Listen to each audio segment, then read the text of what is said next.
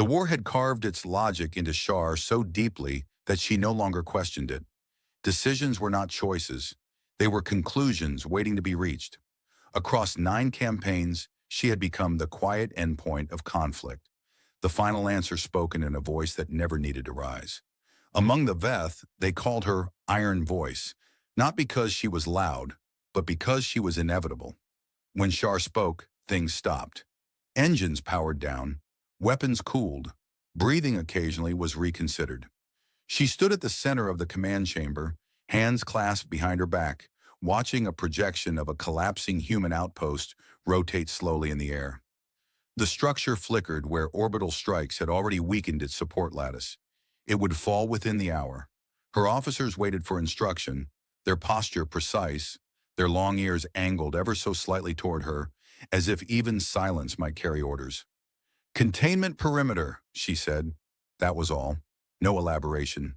None was needed. "Yes, Commander," one replied, already transmitting the directive across 3 fleets and a mildly overconfident drone swarm. Shar turned away from the projection before it finished collapsing. Outcomes did not require observation once they had been determined. There were always more calculations waiting. "Prisoner has been secured," another officer said, stepping forward. "Human. Survived the outer ring bombardment." That in itself was statistically irritating. "Bring him," Shar said. Moments later, the doors parted with a controlled hiss, and 2 guards escorted the human into the chamber. He was taller than most Veth, though that meant little. His uniform was damaged, streaked with ash and something that had once been part of a wall. He did not resist, which was expected. What was not expected was that he was looking around as if he had walked into a place he might someday give a review. "Lighting's nice," he muttered, glancing up. "Very intimidating chic." One of the guards stiffened. Shar did not react.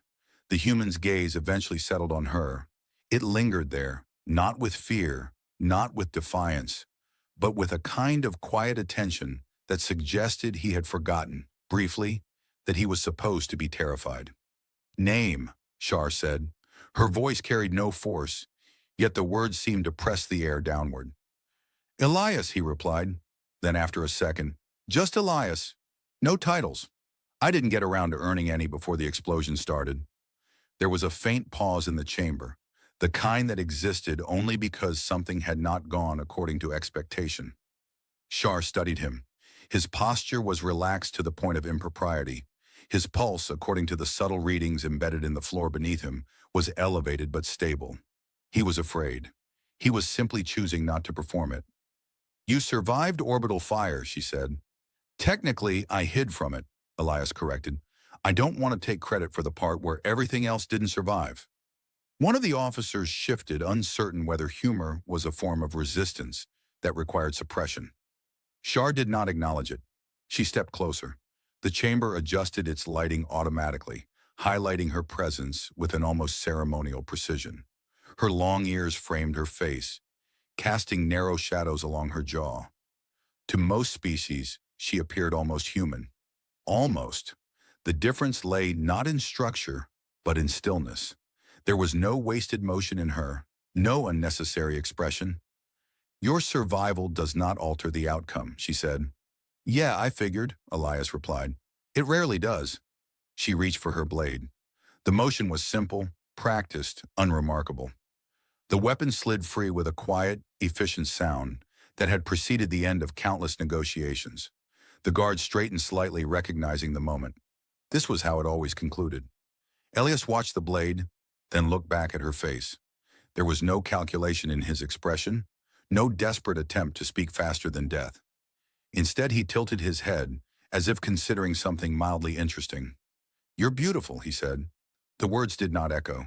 They did not carry weight in the way her voice did. They arrived plainly, almost carelessly, like a comment made while observing the weather. Shar's hand stopped. It did not tremble. It did not falter. It simply stopped. For a fraction of a second, the chamber seemed to forget its function. The officers did not move. The guards did not breathe, or at least they attempted not to. Even the projection behind her paused mid-collapse, as if the system itself had encountered an unexpected variable. Shar did not understand the interruption. Her body had executed the motion 1,000 times across battlefields and command decks, in silence and in chaos. There had never been resistance. There had never been a reason for it. "You," she began, then stopped. Elias blinked, suddenly aware that he might have misjudged the situation in a very final way. "I mean," he added quickly, raising his hand slightly, "not in a strategic sense. Or maybe in a strategic sense. I don't know your culture. I just, look, it seemed like something worth saying before the stabbing part." One of the guards made a small, involuntary sound that might have been the beginning of a cough or the end of a career. Shar lowered the blade. The movement was as controlled as drawing it, but it carried none of the same certainty. She studied him again, more carefully this time, searching for the hidden mechanism behind his words. There was none. No elevated deceit markers, no pattern of manipulation, just sincerity, mild, inconvenient sincerity. "You chose an unusual final statement," she said. Elias exhaled, a breath he had apparently been holding in negotiation with his own survival instincts. "I've tried the usual ones," he said. "They don't have a great success rate." A pause. "Also," he added, glancing at the blade and then back at her, "I figured if I was going to be remembered for anything, it might as well be for having excellent taste." The chamber remained silent. Shar did not move for several seconds. Then, without looking at her officers, she spoke. "Transfer him to holding." There was a slight delay before the nearest officer responded, as if waiting for the rest of the sentence that did not come. "Standard containment?" the officer asked. Shar's gaze remained on Elias. "No," she said. Another pause. "Improved quarters." This time the silence was different. Not confusion, but recalibration. "Yes, Commander." The guards moved to escort Elias away. He hesitated for a moment, looking back at Shar with the same quiet curiosity. "So," he said as they guided him toward the door, "does this mean I'm slightly less dead?" Shar did not answer. The doors closed behind him with a soft, final sound. Only then did she sheathe the blade. She did not examine why. The chamber did not return to normal immediately after Elias was removed. Systems resumed their processes, projections continued collapsing in obedient silence, and officers returned to their stations. But something subtle had shifted. Not in the war. The war remained consistent, predictable, and indifferent. The disruption existed in a place far less acceptable.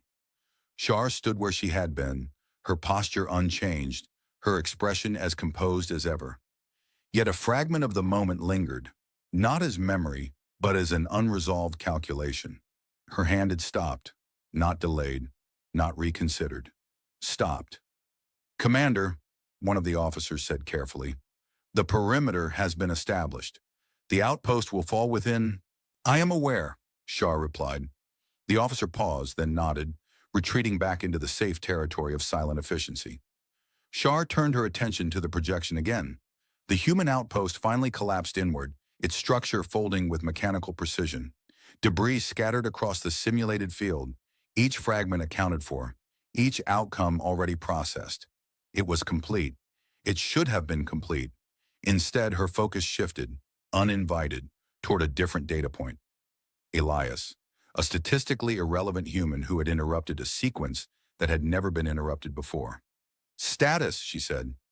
"Of the outpost, Commander?" Another officer asked. "No." A brief hesitation. "The prisoner has been transferred," the officer corrected quickly. "Improved quarters as ordered. Atmospheric conditions adjusted to human comfort standards. Nutritional intake prepared." He requested clarification on whether the term improved included fewer guards or just better furniture. Shar said nothing. "He was informed that it included neither," the officer added. There was a faint, almost imperceptible shift in Shar's gaze, as if the information had registered in a way she had not intended. "Continue observation," she said. "Yes, Commander." She dismissed the chamber shortly after. There was no operational reason to remain. The war progressed without her constant presence. It always had.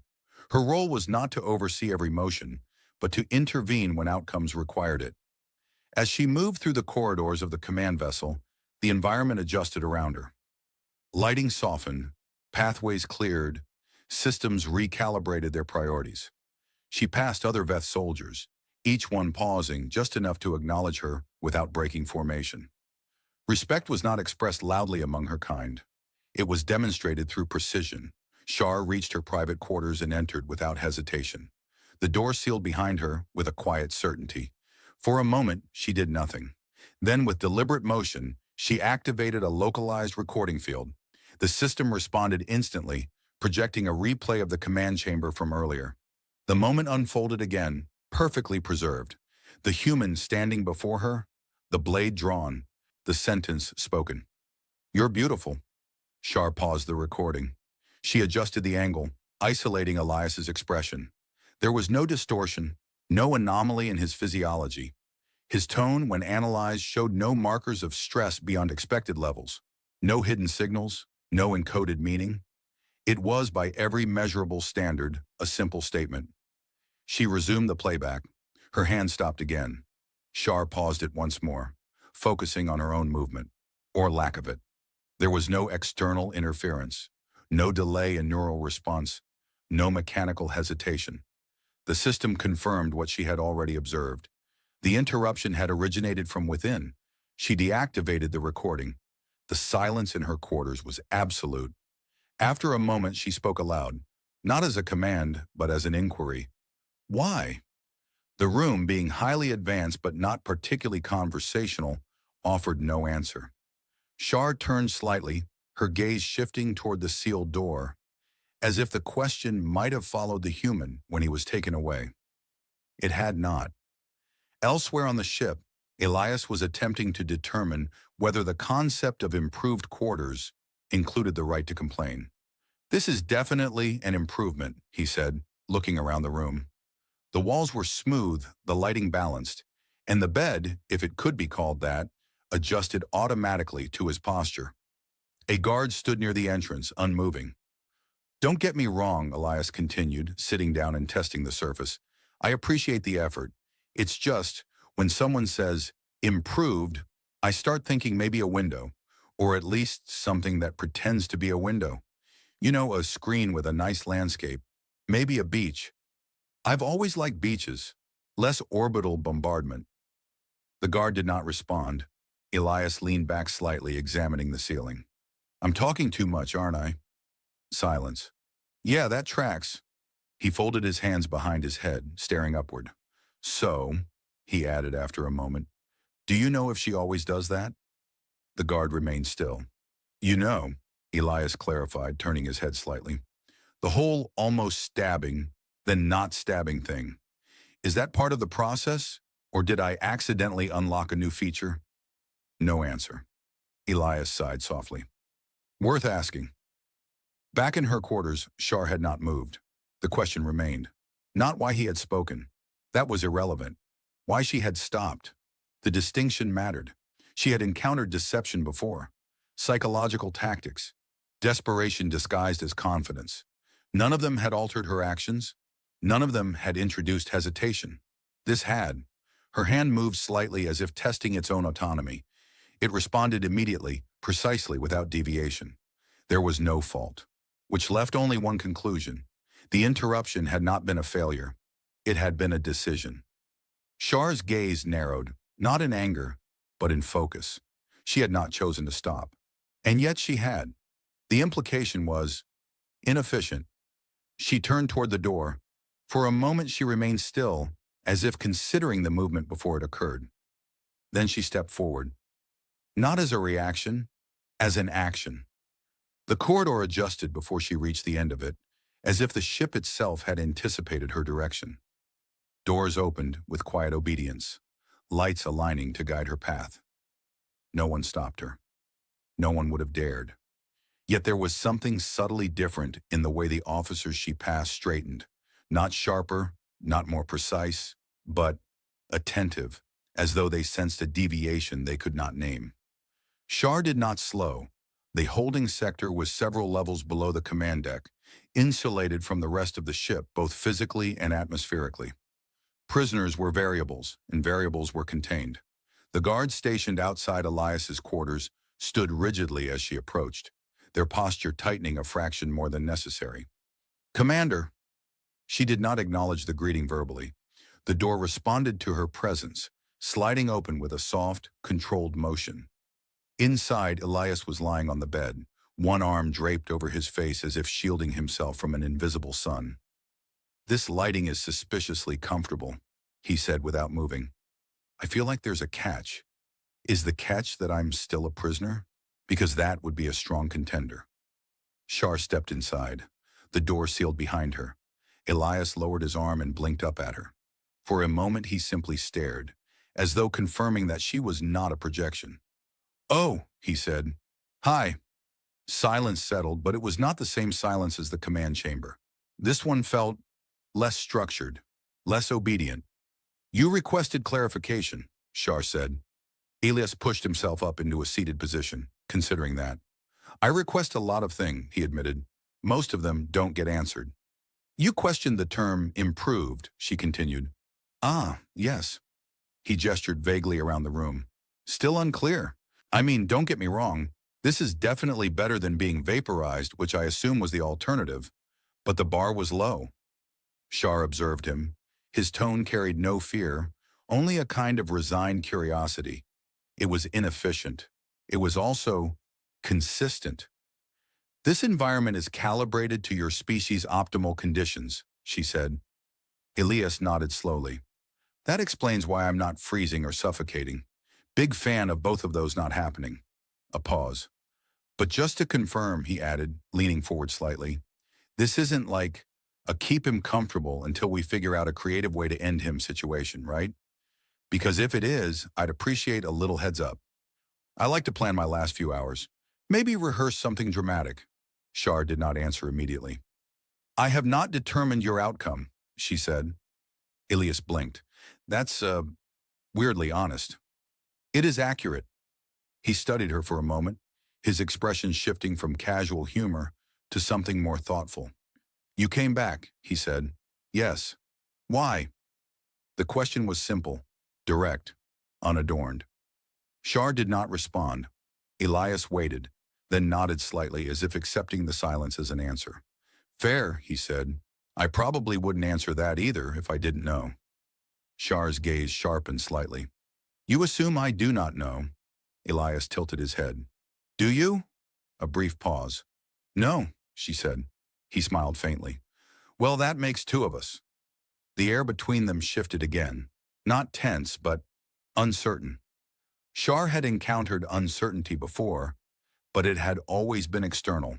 A battlefield variable. A strategic gap. This was different.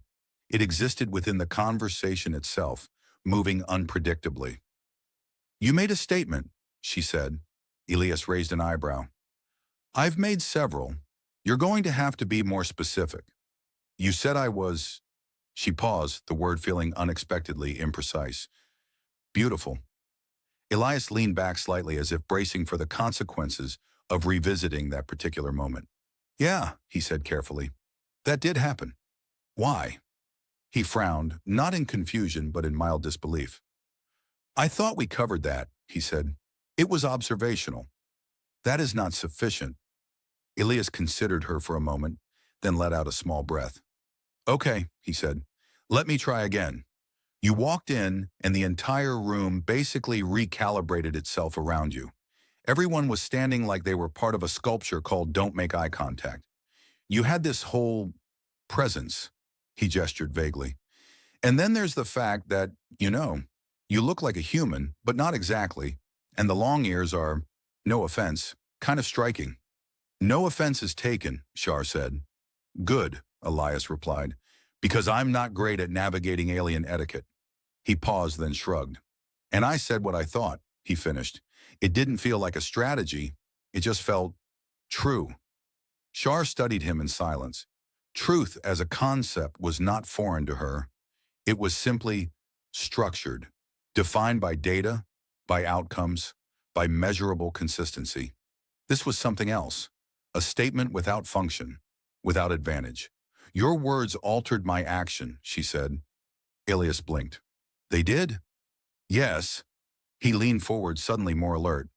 "Wait," he said, pointing at her slightly. "Are you telling me that worked?" It interrupted a process.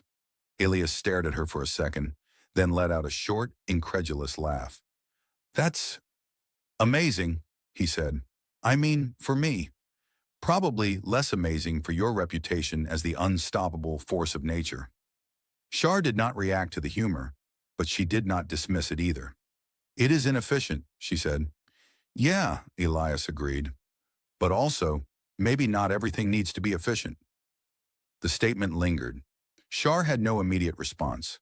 Elias seemed to realize this and shifted slightly, his tone softening. Look, he said, I'm not saying you should, abandon your whole ending wars with a sentence thing. That seems important. I'm just saying, maybe there's room for other sentences too.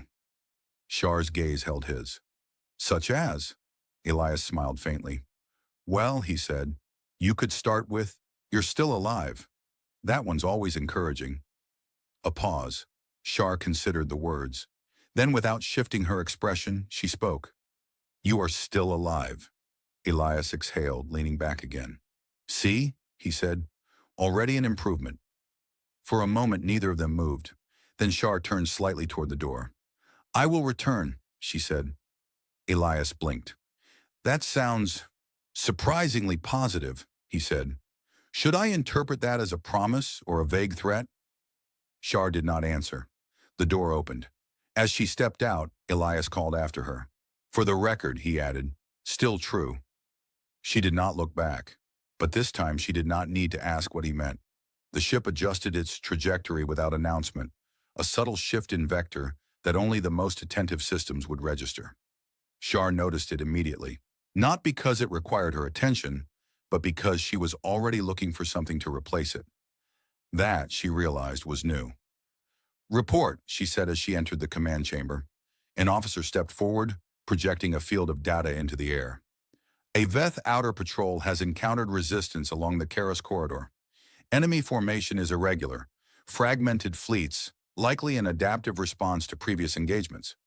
Shar studied the projection.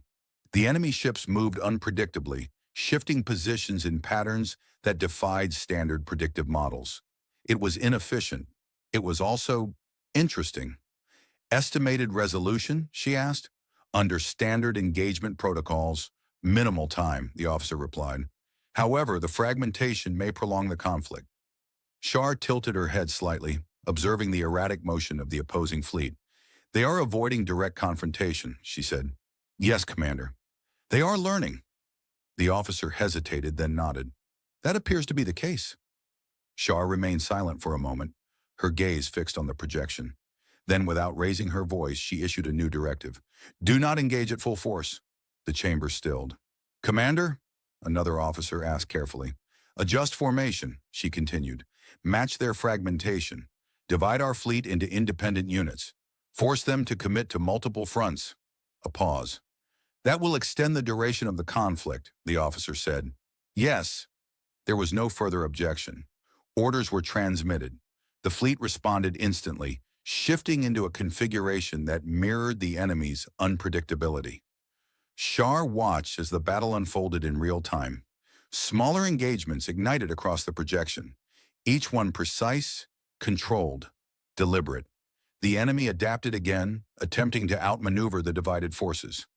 They are responding faster, an officer noted. They will, Shar said. And if they succeed in prolonging the engagement, they will not. Her tone carried the same certainty it always had, but the method had changed. Minutes passed. The fragmented battle converged, the enemy fleet gradually losing cohesion as their own strategy turned against them.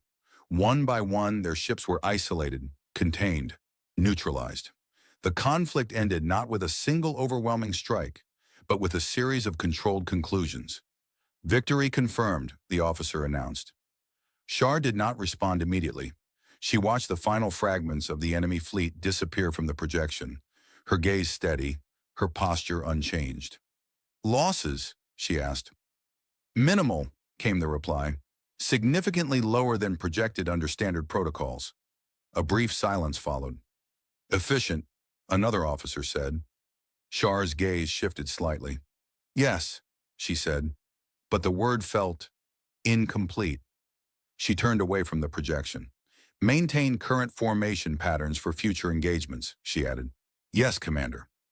As she left the chamber, the officers remained in place, their composure intact, their expressions neutral.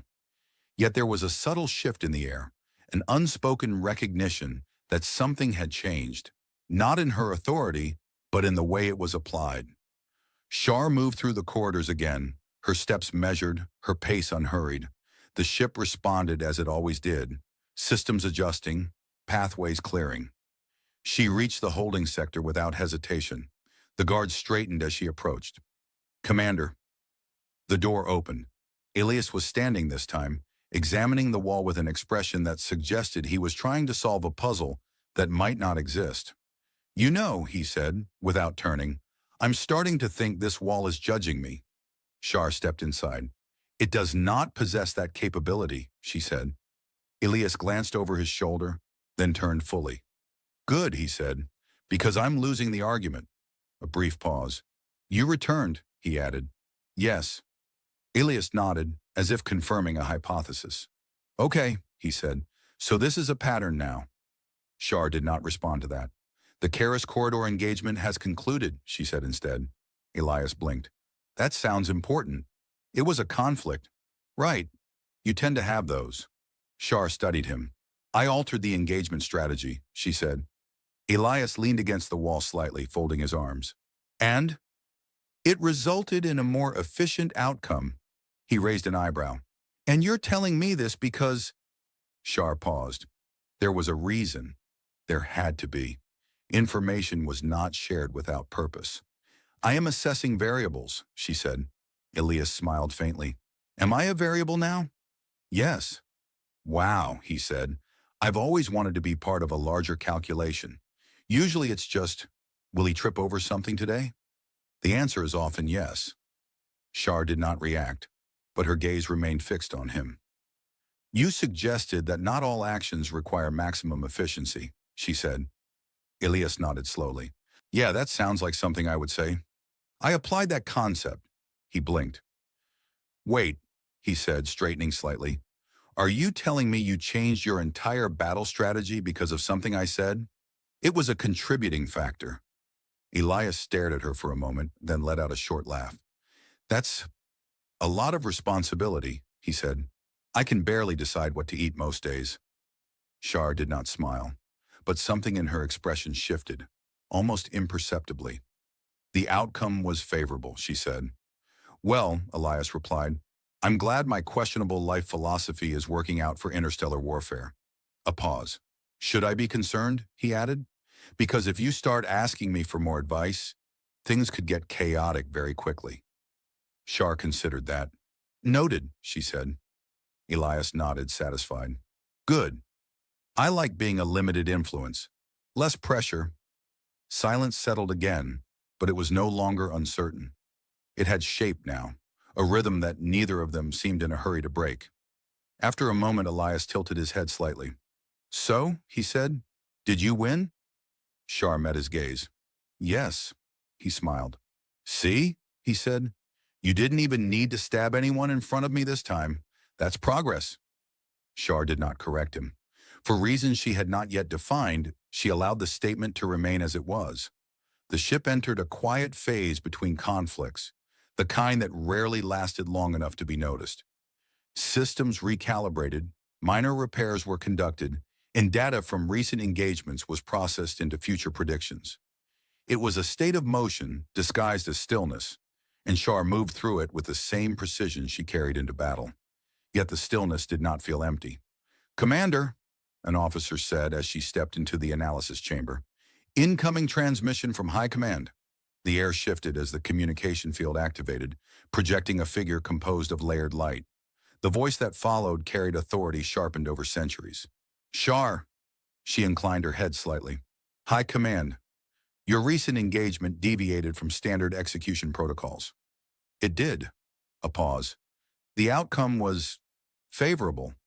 Yes. Another pause, longer this time, as if the figure was examining something beyond the data. You extended the conflict deliberately. I adjusted the parameters. Why? The question hung in the air, identical in structure to the one she had asked herself, yet heavier here, weighted with expectation. Shar did not answer immediately. There was a variable, she said at last. Define. A human prisoner. The projection flickered almost imperceptibly. A prisoner influenced your tactical decisions? It contributed to the evaluation. Silence followed. Not confusion, not disapproval, something more precise. Explain. Shar considered the request. Precision was expected. Clarity was required. He introduced a perspective that did not align with standard efficiency models, she said. The application of that perspective resulted in reduced losses and a stable outcome. The figure remained still. You are stating that inefficiency improved efficiency? Yes. Another pause.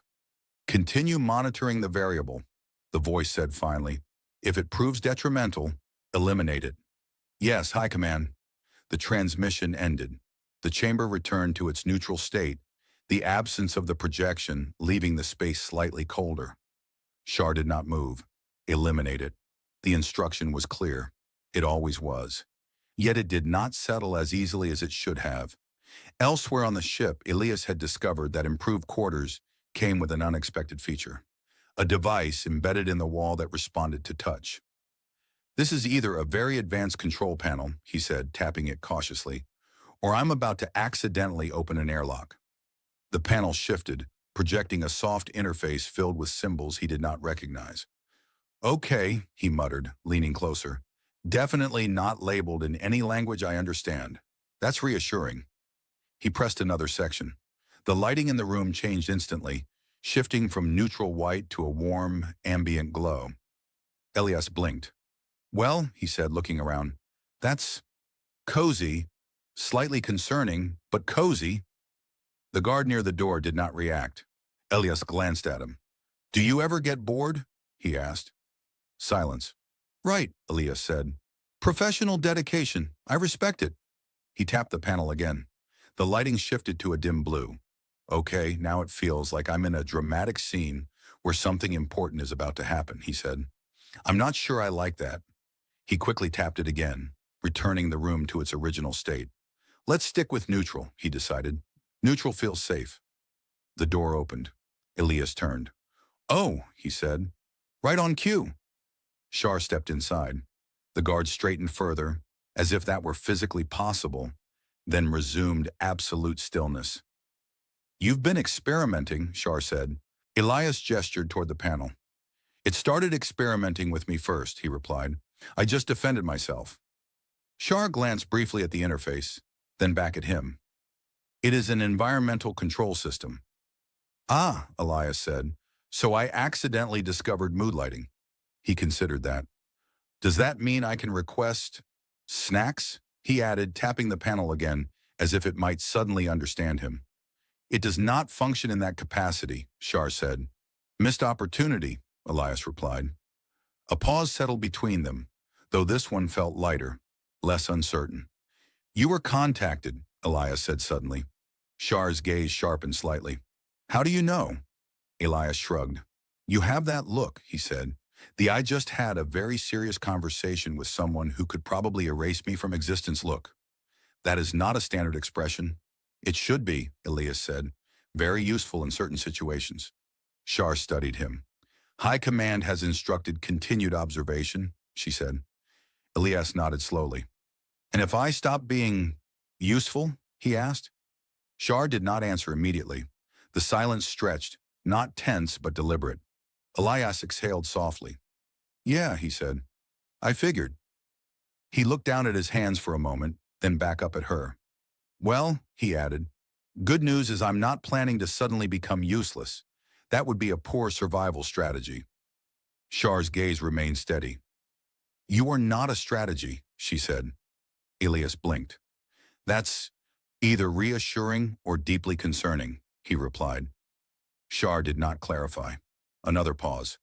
You could have told them, Elias said after a moment. Whatever they asked, you could have just said, I didn't matter. I did not. Elias tilted his head slightly. Why? The question returned again, as it always did, simple and unyielding. Shar considered it. I am still evaluating, she said. Elias smiled faintly. Yeah, he said. Me too. The room settled into quiet again, the kind that no longer felt like an absence of sound, but the presence of something unspoken. After a moment, Elias gestured toward the panel again. So, he said, if I can't get snacks, can I at least get a window? Shar looked at the wall. There is no external view in this sector. Elias sighed. Of course there isn't, he said. That would be too convenient. He glanced back at her. You know, he added, for a ship that can probably cross galaxies, it's surprisingly bad at hospitality. Shar did not respond immediately. Then, without shifting her tone, she said, I will consider it. Elias blinked. Wait, he said, sitting up slightly.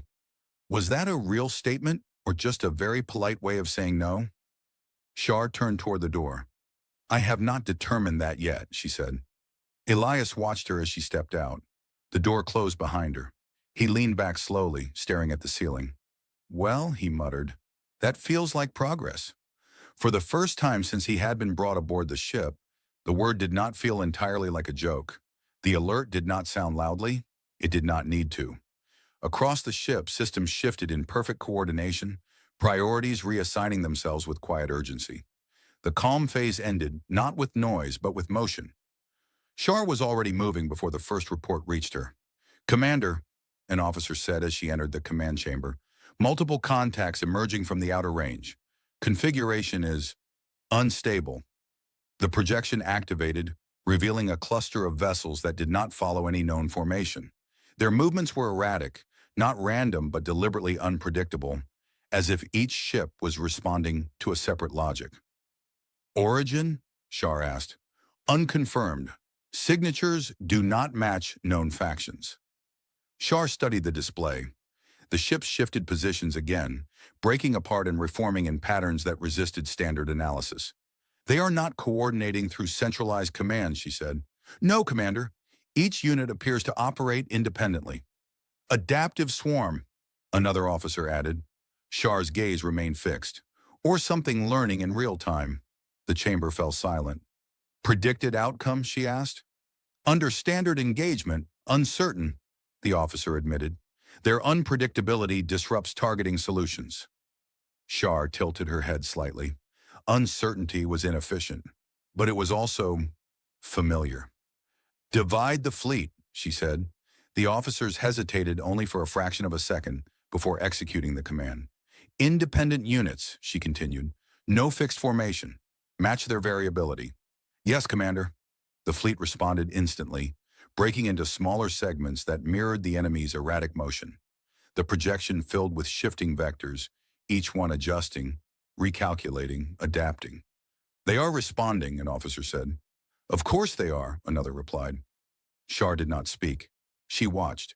The battle unfolded not as a single engagement, but as dozens of simultaneous encounters, each one unpredictable, each one requiring immediate adaptation. Veth ships shifted trajectories mid-combat, adjusting to enemy movements that seemed almost reactive. They're learning faster, the officer said. They were designed to, another added. Shar's gaze narrowed slightly. Designed. That implied intention. Target their pattern recognition, she said. Commander? They are adapting based on input, she continued. Overload the input. A brief pause. Multiple false vectors, the officer realized. Yes. Orders were transmitted.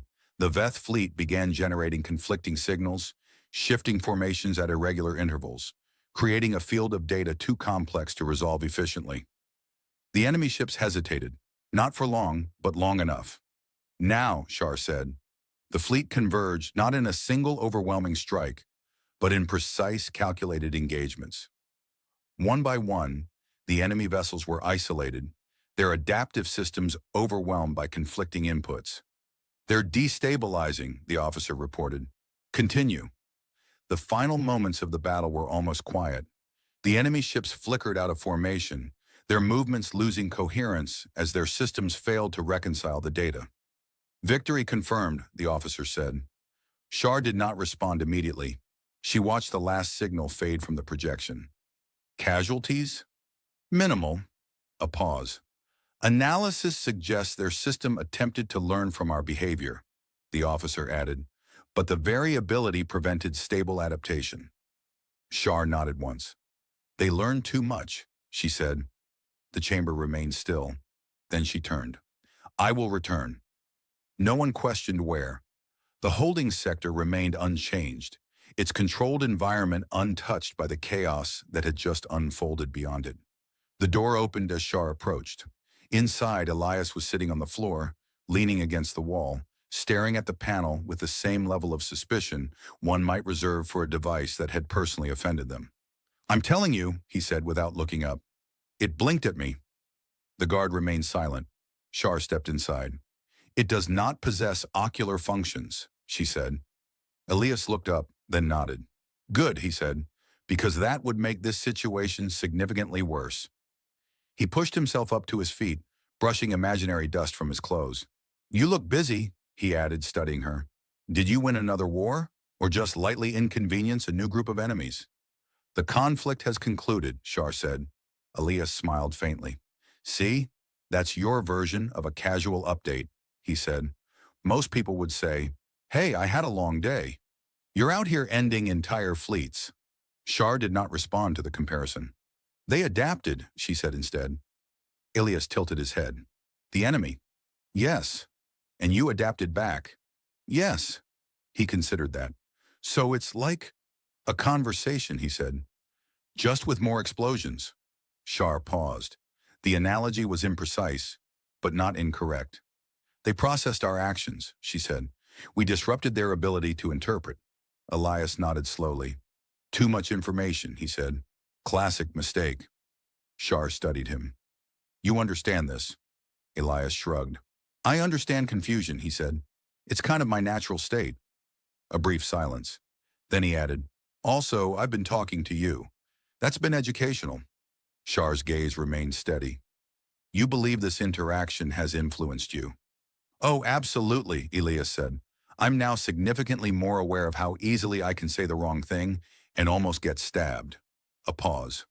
But also, he added, his tone softening slightly, I think I get it a little more. The way you think. It's all structured. Everything has a purpose. Yes. And now it doesn't, he said. Shar did not answer. Elias watched her for a moment, then nodded slightly as if confirming something. Yeah, he said. That's new. The silence that followed was different again. Not uncertain, not tense. Just present. After a moment, Elias glanced at the wall.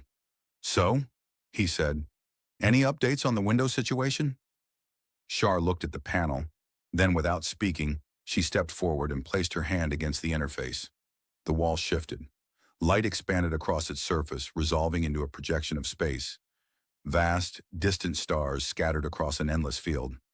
It was not a real window, but it was close enough. Elias blinked.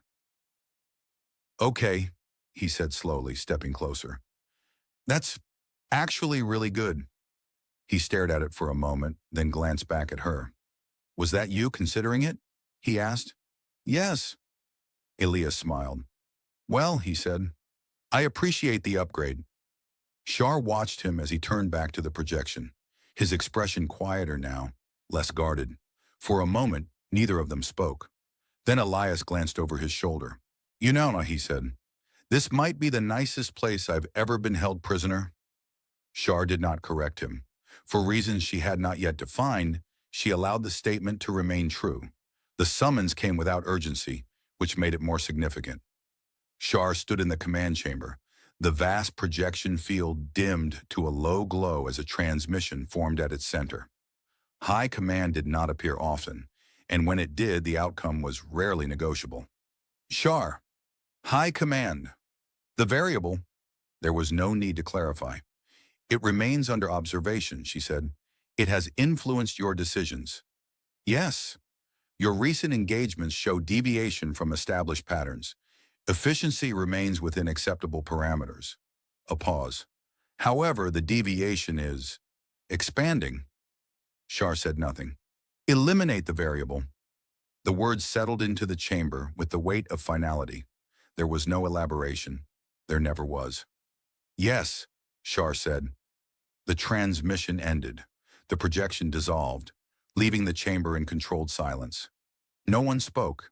No one moved. The officers understood the instruction, even without context. They always did. Shar turned. I will proceed, she said. No one questioned her. The corridor felt different this time, though nothing had changed. The ship responded as it always did, doors opening, lights adjusting, systems aligning. But the movement carried a distinct clarity now, not uncertainty, not hesitation, resolution. She reached the holding sector. The guards straightened. The door opened. Elias was standing near the projection window, his attention fixed on the simulated stars. He did not turn immediately. You know, he said, I've been trying to figure out which one of these is fake. They are all projections, Shar said.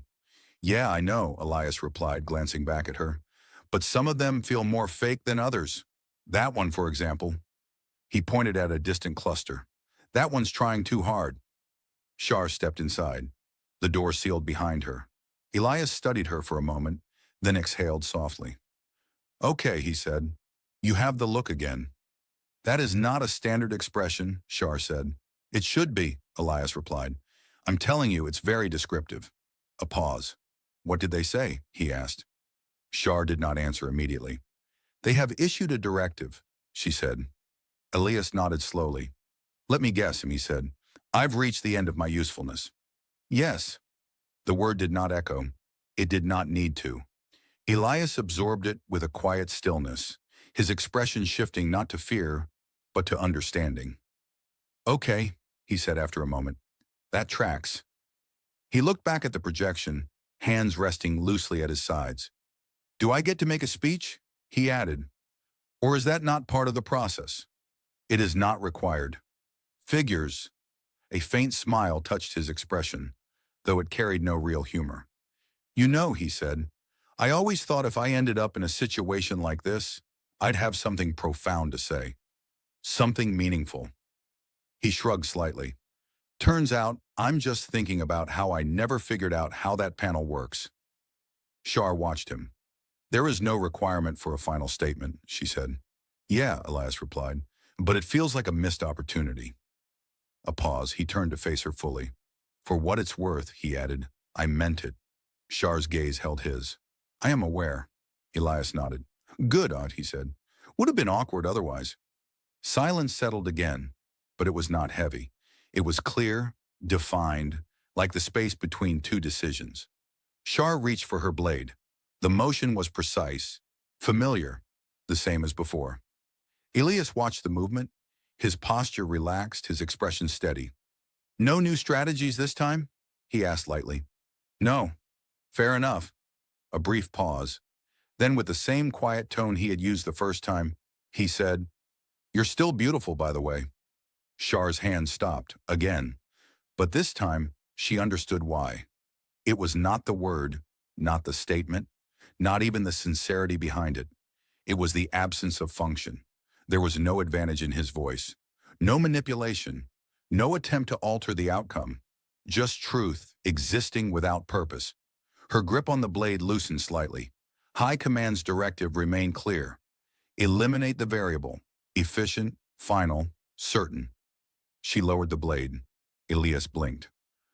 Okay, he said slowly. That's either very good or very confusing. Shar stepped closer. You are not a variable, she said. Elias tilted his head. That's a promotion, right? He asked. Yes. He considered that. Do I get benefits? Shar did not answer immediately. Instead, she turned slightly toward the wall. The projection shifted. The simulated stars faded, replaced by something else. A real transmission. Beyond the ship, space unfolded, not as a controlled image, but as it truly was. Distant stars burned with imperfect light, scattered across an endless expanse that did not adjust itself for comfort. Elias stared. That's not a projection, he said quietly. No. How? I authorized it. A pause. Elias stepped closer to the view, his expression changing, the humor softening into something quieter, something real. That's, he began, then stopped. That's actually incredible. Shar watched him. You requested a window, she said. Elias let out a small breath. Yeah, he said. I guess I did. Another pause. So, he added, glancing back at her, what happens now? Shar considered the question. For the first time, there was no predefined answer. No established protocol. No calculated outcome waiting to be executed. Only a choice. You will remain, she said. Elias raised an eyebrow. As a non-variable? Yes. He nodded slowly. Okay, he said. I can work with that. A faint silence settled between them. Not empty, but complete. Elias looked back at the stars. Shar did not reach for her blade again. For the first time in her military career, the outcome had not been determined by efficiency, by logic, or by inevitability. And for the first time, she did not consider that a failure. She stood beside him, her gaze steady, her posture unchanged. But the stillness was different now. Not final, not absolute, open. And in that space, uncertain and unstructured, she remained. No longer the end of a war, but the beginning of something she had never needed to understand before. Choice.